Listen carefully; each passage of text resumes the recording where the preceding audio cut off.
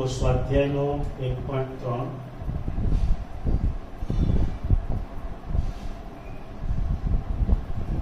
દરેક દાખલા તરીકે જોડે ગણવાના, જે રીતે આપણે ગણાયેલા છે એ રીતે તમારે મને બતાવવાના છે. જો k²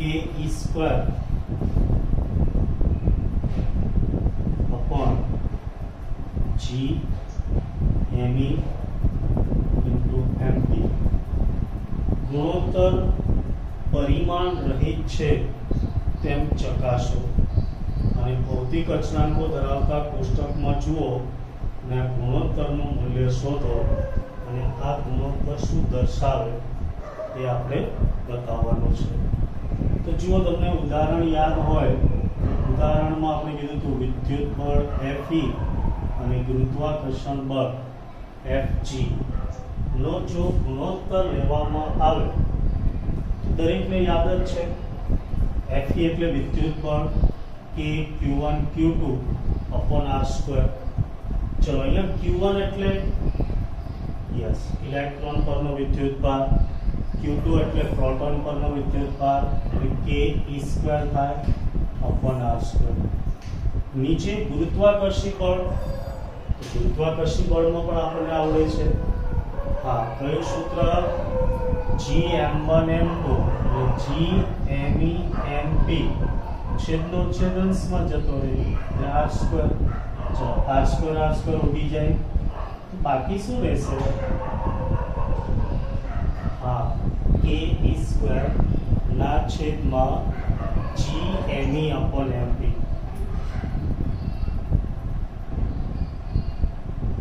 તો બસ તમને આ જ પ્રશ્ન પૂછ્યો છે કે ભાઈ એ ગુણોત્તર રહિત છે એમ દર્શાવો.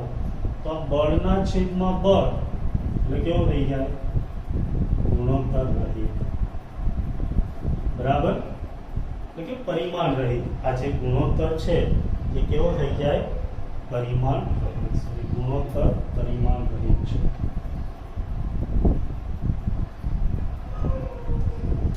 ચલો, આનું મૂલ્ય શોધવાનું કીધું છે કે e² ના છેદમાં g me mp.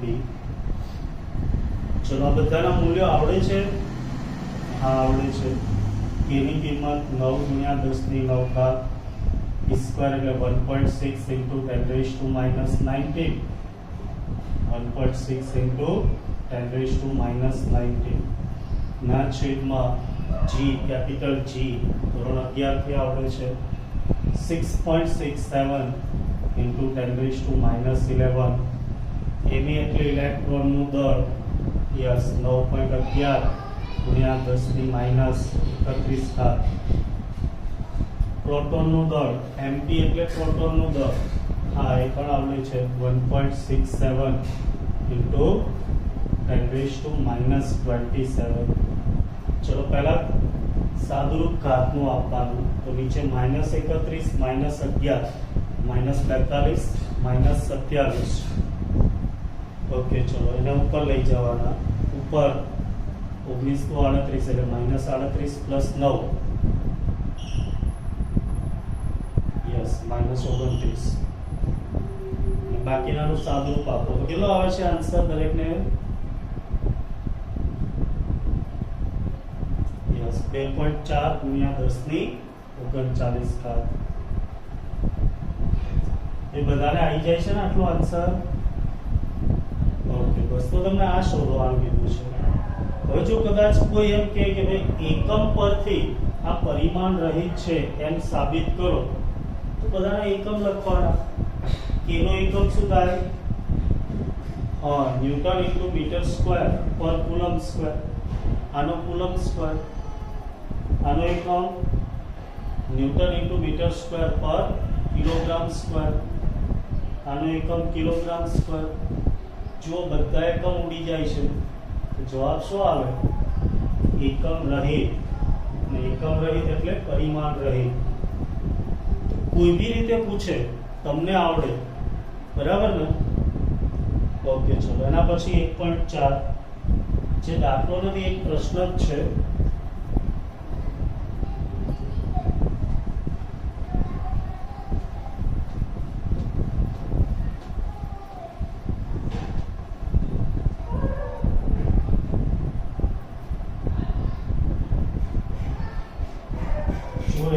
4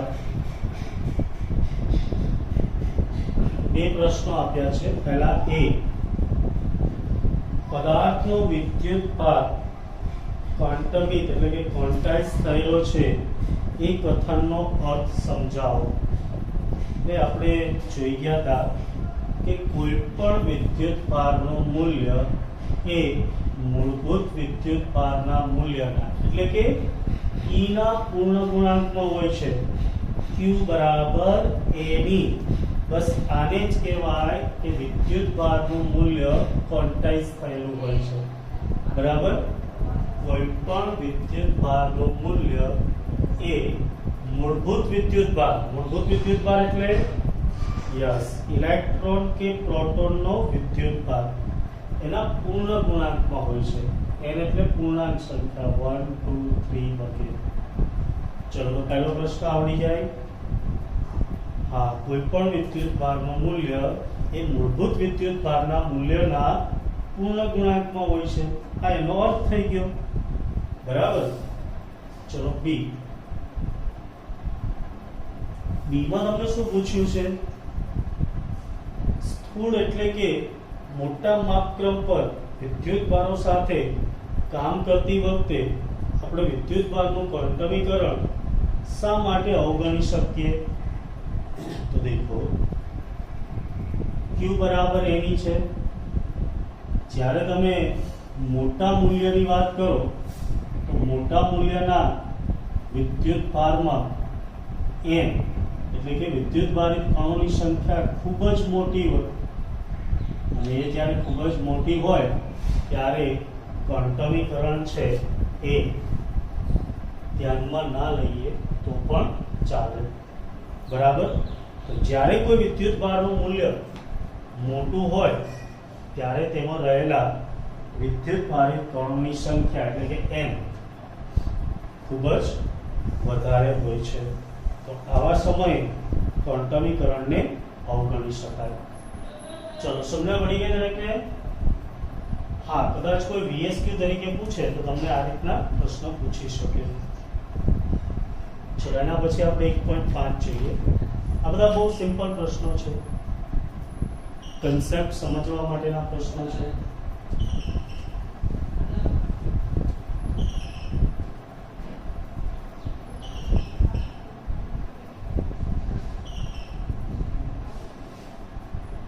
જ્યારે કાચના સળિયાને રેશમી કાપડ સાથે ઘસવામાં આવે છે ત્યારે વિદ્યુત ભાર બંને પર દેખા દે છે. આવી ઘટના પદાર્થોની અન્ય જોડીઓ માટે પણ જણાય છે.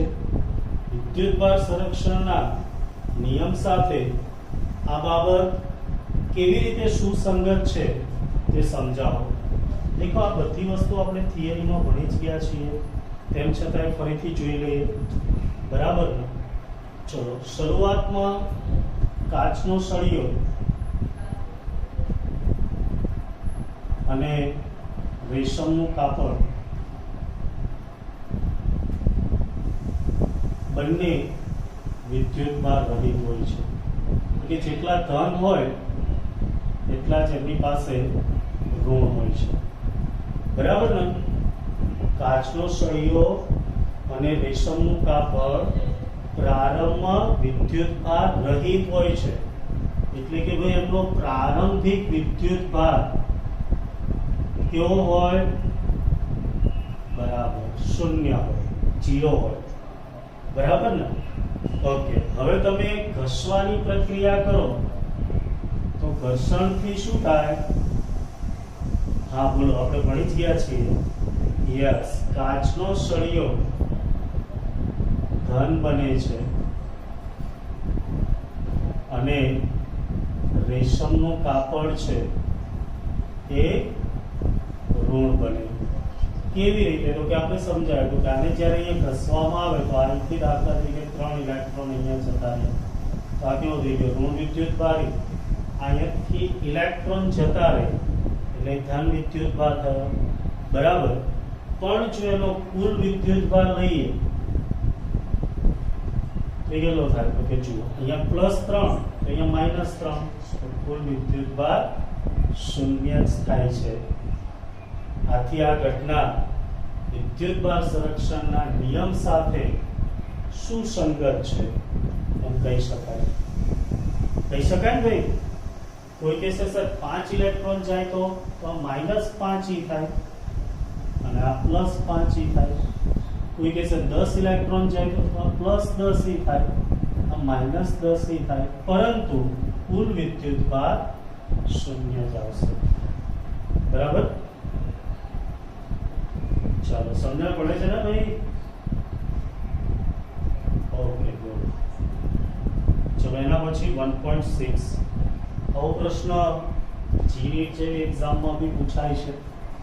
દરેક જીનીટની બુકમાં આપેલો છે.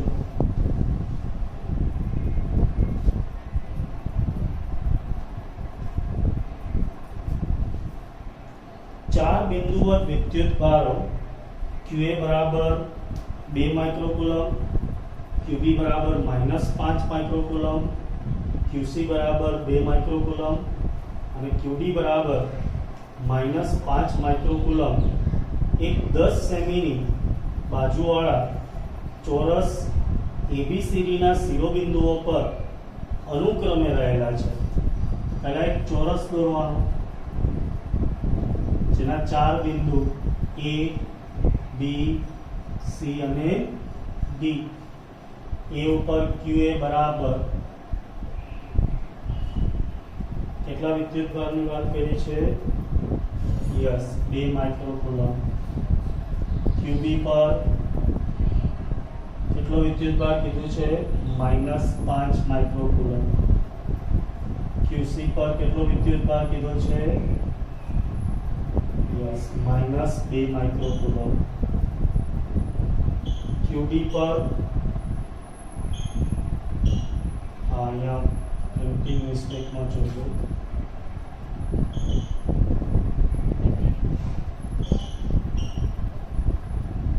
અહીંયા +2 છે, સર અહીંયા -5 માઇક્રોકુલમ.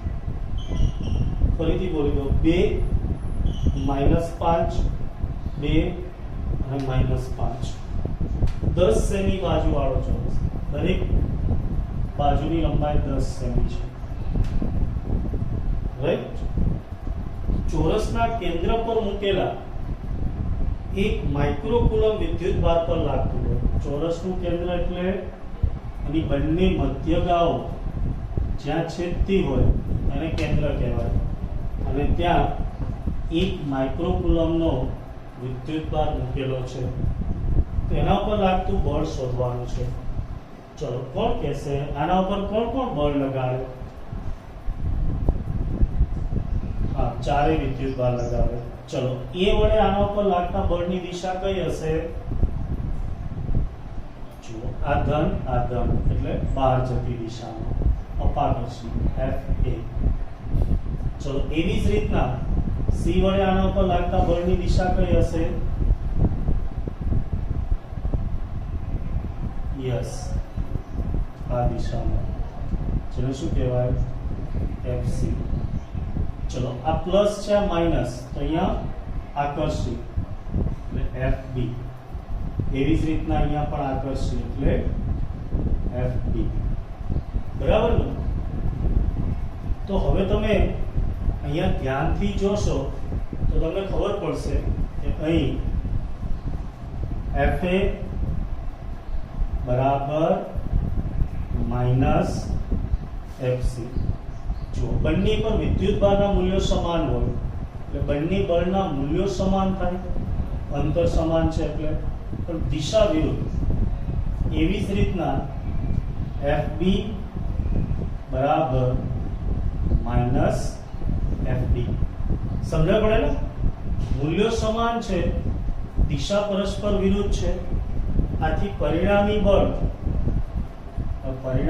એટલે આપણે જાણીએ કેન્દ્ર પર પરિણામી બળ એટલે ચારેય બળોનો સરવાળો FA + FB + FC + FD.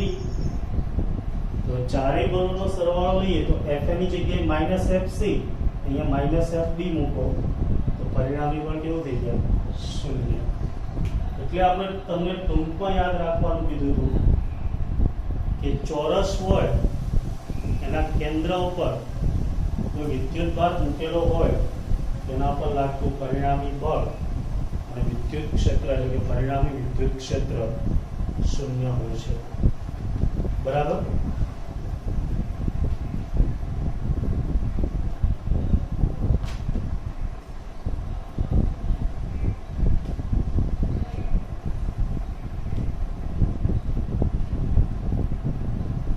ચાલો લખાઈ ગયું.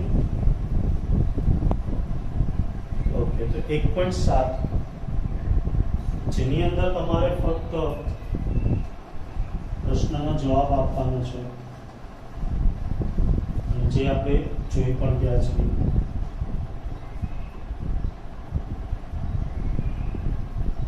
એટલે મેં તમને જોડે ગણવાનું કીધું હતું કે જુઓ બધા દાખલા તમને આવડશે. સ્વાધ્યાયમાં બહુ સિમ્પલ દાખલા આપ્યા અને એમાંથી પૂછે છે. ચલો 1.7 માં એ સ્થિત વિદ્યુત ક્ષેત્રરેખા એ સળંગ વક્ર છે. એટલે કે ક્ષેત્રરેખાને અચાનક ભંગાણો ન હોઈ શકે. આવું શા માટે? તો દેખો, આપણે ક્ષેત્રરેખાની લાક્ષણિકતામાં જોયું હતું કે તે સળંગ વક્ર હોય છે, વચ્ચે ક્યાંય ભંગાણ હોતો નથી. આવું શા માટે?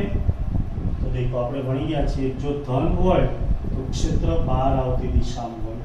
જેમ જેમ આગળ જાઓ એમ એનું મૂલ્ય ઘટતું જાય, પણ ક્યાંય વચ્ચે મૂલ્ય ન હોય એવું હોતું નથી અને અનંત અંતરે શૂન્ય બની જાય. આથી ક્ષેત્રરેખા હંમેશા સળંગ વક્ર હોય છે. બરાબર. વિદ્યુત ક્ષેત્રનું મૂલ્ય ઉદ્ગમથી અથવા તો વિદ્યુત ભારથી જેમ દૂર જઈએ એમ ઘટતું જાય, પણ વચ્ચે ક્યાંય બ્રેક થતું નથી, એટલે કે ગાબડા પડતા નથી. આથી સળંગ વક્ર હોય છે. બી, બે ક્ષેત્રરેખાઓ કોઈ બિંદુએ એકબીજાને છેદતી નથી. શા માટે? તો આ પણ આપણે લાક્ષણિકતામાં જોયું હતું કે બે ક્ષેત્રરેખાઓ જો કોઈ બિંદુ પાસે છેદે તો તે બિંદુએ બે સ્પર્શક દોરી શકાય જે વિદ્યુત ક્ષેત્રની બે દિશા દર્શાવે, જે શક્ય નથી. એક બિંદુ પાસે વિદ્યુત ક્ષેત્રની દિશા એક જ હોય. સમજાવડી? બે દિશા શક્ય નથી. ચાલો, સમજા પડી ગઈ દરેકને? Okay, good. Next 1.9 sorry 1.8. 8 અને 9 બંને 2 માર્ક્સ માટે બહુ સારા દાખલા છે.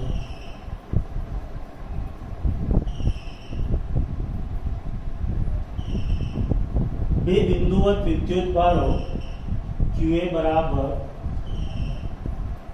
3 માઇક્રોકુલમ અને QB બરાબર -3 માઇક્રોકુલમ એકબીજાથી શૂન્યાવકાશમાં 20 સેન્ટીમીટર દૂર રહેલા છે.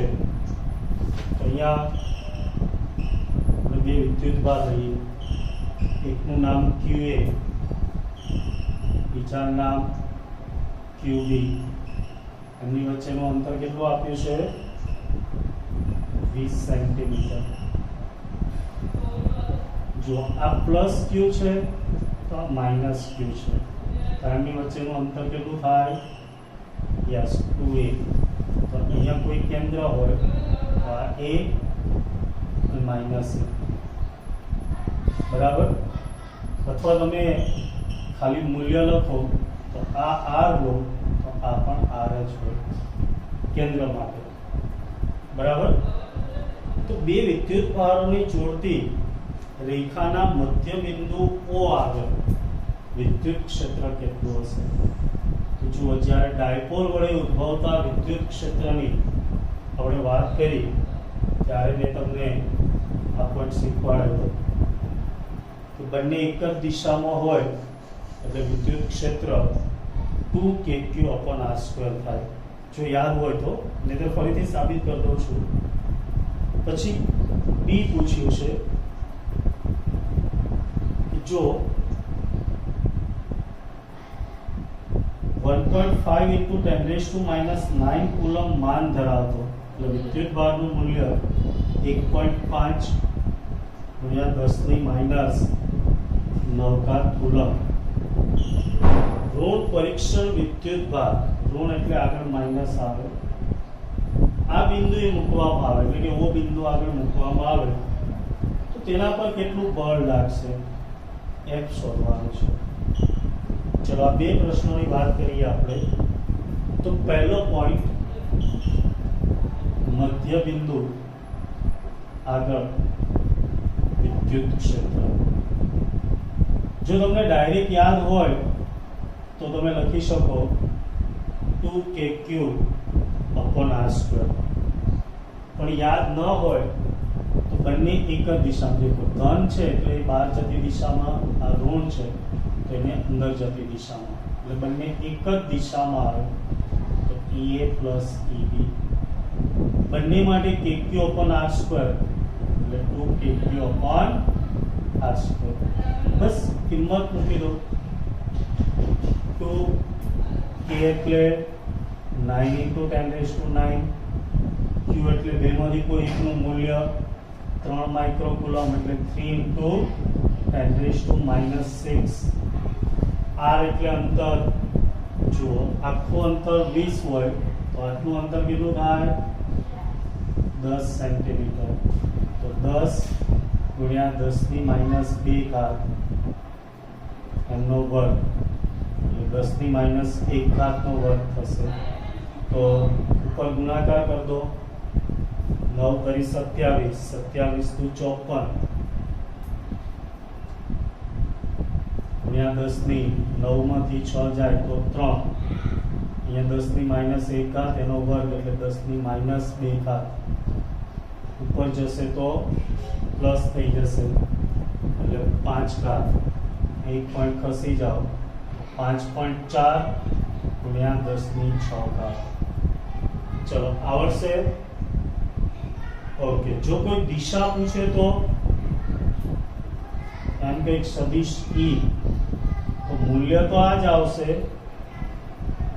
પણ એની દિશા છે કઈ આવશે, તો કે QA થી QB તરફ, QA થી QB તરફ. સમજ પડે ને? ડાયપોલમાં બી મોમેન્ટની દિશા છે એ પ્રમાણે અહીંયા વિદ્યુત ક્ષેત્રની દિશા છે એ પરિણામી, બંને એક જ દિશામાં છે. આ બાજુ એ કઈ બાજુ કહેવાય, QA થી QB તરફ. ચલો બી.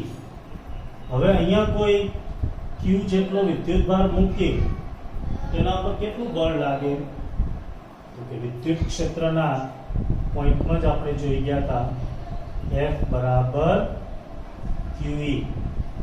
યાદ છે ને દરેકને? E જેટલા વિદ્યુત ક્ષેત્રમાં કોઈ Q જેટલો વિદ્યુત ભાર મૂકવામાં આવે તેના પર લાગતું બળ F બરાબર QE. બોલો અહીંયા Q કેટલા છે? હા, મૂલ્ય શોધવાનું કે તો ઋણ ના લેતા, 1.5 ગુણ્યા 10⁻⁹ E નું મૂલ્ય 5.4 ગુણ્યા 10⁶. ચલો 1.5 ગુણ્યા 5.4 કરો જોઈએ, કેટલા આવે? યસ, 8.1 ગુણ્યા 10⁻³ ન્યૂટન. જો મૂલ્ય પૂછે તો અહીંયા સુધી જ, પણ સદિશ સ્વરૂપે પૂછે તો આગળ માઇનસ આવે, અને માઇનસ ના લખવું હોય તો વિરુદ્ધ દિશા એટલે QB થી QA તરફ, QB થી QA તરફ. એટલે હવે વિદ્યુત ક્ષેત્રની જે દિશા છે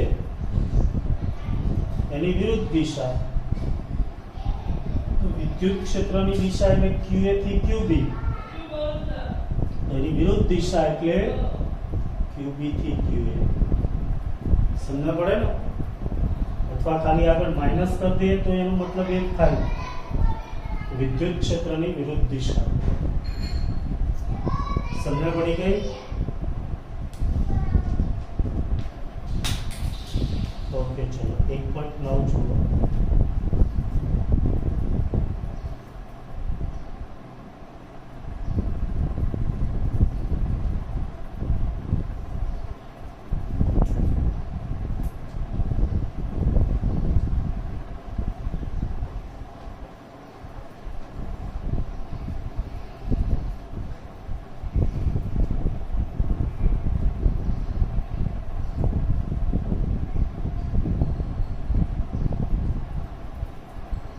एक तंत्र में बे विद्युत भारो QA बराबर 2.5 गुणिया 10 ની માઈનસ 7 કુલમ, QB बराबर माइनस 2.5 गुणिया 10 ની માઈનસ 7 કુલમ।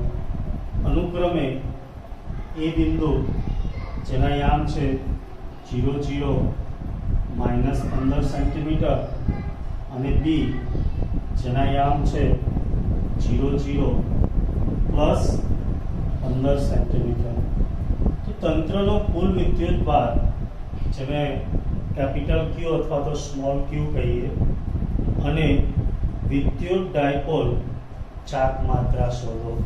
તો આપણે જાણીએ પ્રમાણે ડાયપોલ ચાક માત્રાને P કહેવાય। Q અને P શોધવાના છે। ચલો દરેકને સમજ પડી? અહીંયા બે વિદ્યુત ભાર આપેલા છે, એક બિંદુ A આગળ અને બીજો B આગળ। હવે આને z અક્ષ લેવાનો છે, આ મધ્ય બિંદુ। આ z અક્ષ હોય તો આના યામ શું થાય કે દેખો B ઉપર 0 0 15 આપ્યું છે, A ઉપર 0 0 माइनस 15 आप्યું છે। तो બંને વચ્ચેનું અંતર કેટલું થાય 2a। કેમ? કારણ કે ડાયપોલ છે, જુઓ સમાન મૂલ્યના વિજાતીય વિદ્યુત ભાર એકબીજાથી પરિમિત અંતરે રહેલા છે। તો પહેલો પ્રશ્ન તમને પૂછ્યો કુલ વિદ્યુત ભાર, ડાયપોલ હોય તો કુલ વિદ્યુત ભાર હંમેશા શૂન્ય જ થાય। QA प्लस QB करिए तो प्लस माइनस क्या रही जैसे 0। समझा पड़े छे? ओके। હવે બંને વચ્ચેનું અંતર શોધીએ તો 2a એટલે આપણે જાણીએ પ્રમાણે b માંથી એના યામ બાદ કરો 0 0 15 માઈનસ 0 0 માઈનસ 15 કેટલા થશે 0 0 15 माइनस माइनस प्लस 15 तो 30 सेंटीमीटर થઈ જાય ને। हाँ અને જો એનું મૂલ્ય લઈએ તો માનાંકમાં 2a બરાબર 30 સેન્ટીમીટર। ડાયરેક્ટલી તમે લખી શકો કે બંને વચ્ચેનું અંતર 15 પ્લસ 15 એટલે 30 સેન્ટીમીટર બરાબર। ચલો તેથી તમારે શું શોધવાનું છે p। p નું સૂત્ર q into 2a। q એટલે એમાંથી કોઈ પણનું મૂલ્ય લો, સમાન જોવાનું, આપણે તો મૂલ્ય લેવાનું। મૂલ્ય કેટલું 2.5 ગુણ્યા 10 ની માઈનસ 7 2a એટલે એમની વચ્ચેનું અંતર। હવે દેખો આ એમકેશ પદ્ધતિમાં છે તો આ સેન્ટીમીટર ના ચાલે, મીટરમાં ફેરવો તો 0.3 મીટર ગુણ્યા 0.3 अथवा 30 गुणिया 10 ની માઈનસ 2 ઘાત કરો એટલે એક જ થશે। ચલો 2.5 ગુણિયા 0.3 કરો છે, यस 0.75 एक पॉइंट खसी जाइए तो 7.5 गुणिया 10 ની માઈનસ 8 ઘાત કુલમ ઇન્ટુ મીટર। ચલો આ મારે સદિશ સ્વરૂપે લખવું હોય તો સદિશ p बराबर 7.5 इंटू 10⁻⁻8 कूलम इंटू मीटर। कई दिशा थसे आनी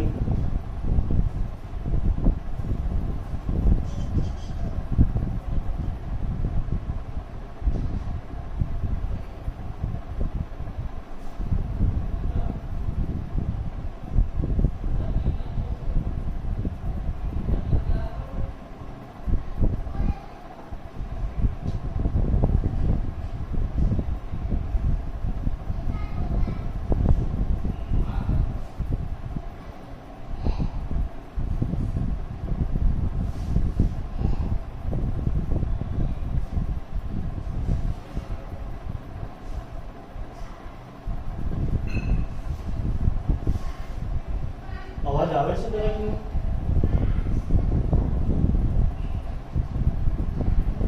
બ્રેક થાય છે. તો બધાને